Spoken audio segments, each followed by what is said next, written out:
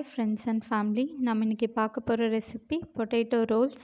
வீடியோக்குள்ளே போகிறதுக்கு முன்னே நம்ம சேனலை சப்ஸ்கிரைப் பண்ணாதவங்க சப்ஸ்கிரைப் பண்ணிக்கோங்க. வீடியோ பிடிச்சிருந்தா லைக் பண்ணுங்கள், ஷேர் பண்ணுங்கள். வாங்க வீடியோக்குள்ளே போகலாம். இப்போ ஒரு கப் கோதுமை மாவு எடுத்துக்கலாம். ஒரு 1/4 கிலோ இருக்கும். அதில் கொஞ்சம் கொஞ்சமாக வாட்டர் ஆட் பண்ணி நல்லா சப்பாத்தி மாவு பதத்துக்கு பிசைஞ்சிக்கலாம். வாட்டர்லேயே நம்ம கொஞ்சம் உப்பு ஆட் பண்ணிக்கலாம், கரைஞ்சிரும். பாருங்கள், பிசைஞ்சிட்டோம். இதில் ஒரு ஸ்பூன் அளவுக்கு ஆயில் விட்டு நல்லா தேய்ச்சி வச்சுக்கலாம். இப்போ இதை க்ளோஸ் பண்ணி வச்சிடலாம். நல்லா உருட்டும். அதுக்குள்ளே நம்ம ஸ்டஃபிங் ரெடி பண்ணிடலாம்.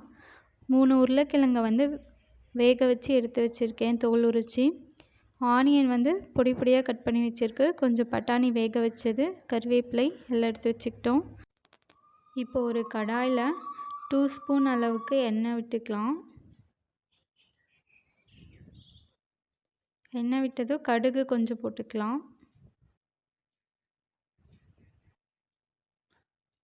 அப்புறம் கருவேப்பிலை போட்டுக்கலாம். அப்புறம் நம்ம கட் பண்ணி வச்ச வெங்காயத்தையும் ஆட் பண்ணிக்கலாம்.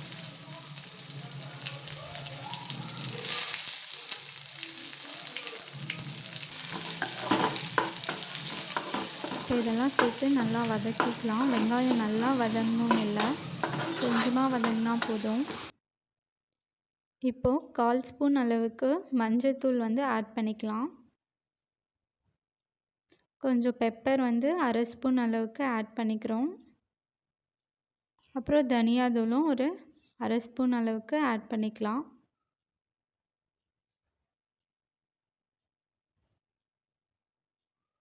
இப்போ இதை நல்லா வதக்கிக்கலாம்.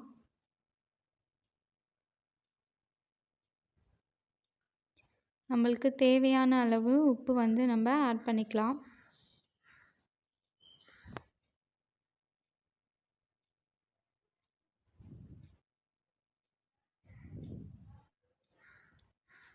இதை நல்லா வதக்கிட்டு நம்ம வேக வச்ச உருளைக்கிழங்கை நல்லா மசிச்சு எடுத்து போட்டுக்கலாம்.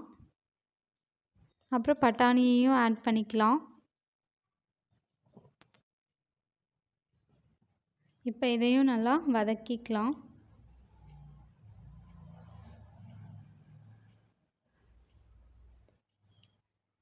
ஒரு சின்ன ஸ்பூன் அளவுக்கு மிளகாய் தூள் ஆட் பண்ணியிருக்கேன். அதையும் சேர்த்து நல்லா வதக்கிக்கலாம். பாருங்கள், நல்லா நம்ம வதக்கியிருக்கோம்.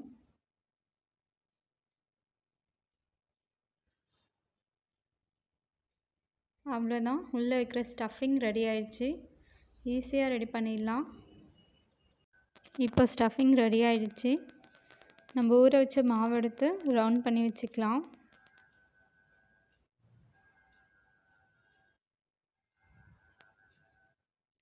இப்போ ஒரு சப்பாத்தி கட்டை எடுத்து அதில் நம்ம ரவுண்ட் பண்ணி வச்ச மாவை தேய்ச்சிக்கலாம் நல்லா.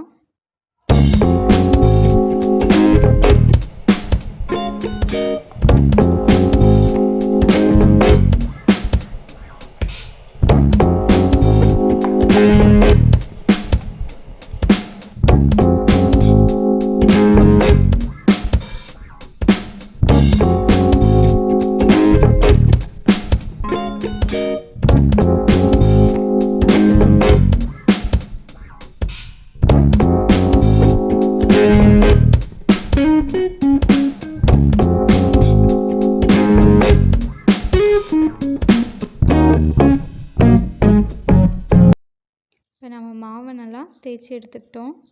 நம்ம ரெடி பண்ணி வச்ச ஸ்டஃபிங்கை சப்பாத்தி மாவு மேலே வச்சு ஸ்ப்ரெட் பண்ணுவோம்.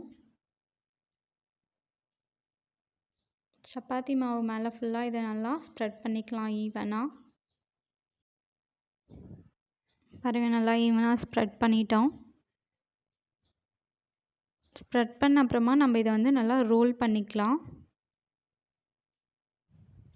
பொறுமையாக ரோல் பண்ணிக்கலாம்.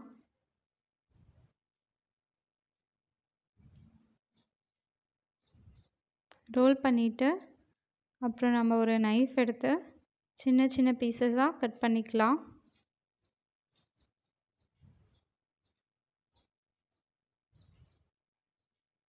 இது கிட்ஸ்க்கெல்லாம் நல்லா பிடிக்கும். நல்லா விரும்பி சாப்பிடுவாங்க. பாருங்க, சப்பாத்தி வந்து உள்ள 2 லேயரா இருக்கு.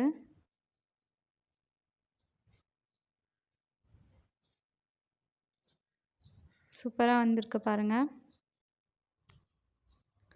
ஒவ்வொன்றா நம்ம எடுத்து வச்சுக்கலாம். இதே போல் மீதி இருக்கிற மாவையும் தேய்ச்சி ஸ்டஃபிங்கை உள்ளே வச்சு ரோல் பண்ணி கட் பண்ணி எடுத்து வச்சுக்கலாம். பாருங்கள், எல்லாமே நம்ம எடுத்து கட் பண்ணி வச்சுருக்கோம். இப்போ ஒரு கடாய் அடுப்பில் வச்சுட்டு ஒரு 1/4 லிட்டர் அளவுக்கு எண்ணெய் ஊற்றிக்கலாம். நாங்கள் கடலெண்ணெய் தான் ஊற்றிக்கிறோம். நீங்கள் வந்து சன்ஃப்ளவர் ஆயில் அந்த மாதிரி கூட யூஸ் பண்ணிக்கலாம். இப்போ எண்ணெய் நல்லா காஞ்சதும் நம்ம கட் பண்ணி வச்ச பீசஸ் எடுத்து எண்ணெயில் ஒவ்வொன்றா போட்டுடலாம். பாருங்கள், இந்த மாதிரி பபுள்ஸ்லாம் வருது. இந்த பபுள்ஸ் அடங்குற வரைக்கும் நம்ம எண்ணெயில் வந்து போட்டு வைக்கணும்.